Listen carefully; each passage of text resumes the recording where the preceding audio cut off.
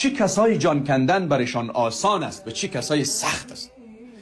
متاسفانه یک عده از افراد آنقدر غلوف کردن این قضیه را، آنقدر به اصطلاح سخت جلوه میدن در منابر، در مساجد، در همه جا، که یعنی گویا دیگه یک عده میگن مثل که انسان چندین مرتبه زنده پوست کرده شود، یک عده میگن مثل این که انسان ذبح کرده شود، یک عده میگن اینقدر سخت از جان دادن که چنین و چنان است.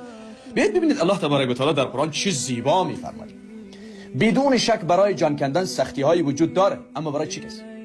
دو گروه را الله تبارک و تعالی در قرآن برای ما معرفی کرده.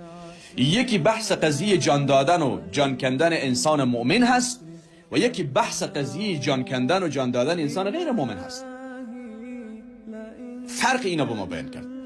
الله سبحانه و تعالی میفرماید الذين تتوفاهم الملائكة طيبين يقولون السلام عليكم ادخلوا الجنة بما كنتم تعملون.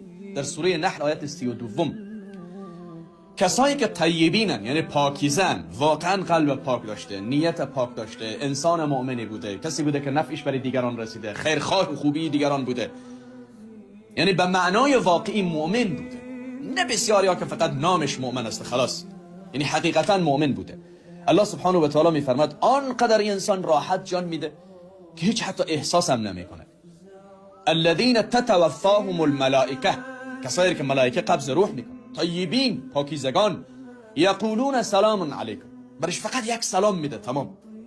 یعنی فرشته قبض روح پیش رویش حاضر میشه، گویا برش یک سلامی میزند، بی جان به جان آفرین تسلیم میده. و بعدش هم برش میگه بعد از جان کندن و بعد از ختم ارتباطت با دنیا که عالم برزخ پیش رو است و بعد قضیه آخرت و بهشت و جهنم است، ادخلوا، بعد برش چی میگه؟ داخل بهشت شوید، ادخلوا الجنه بما کنتم تعملون، وارد بهشت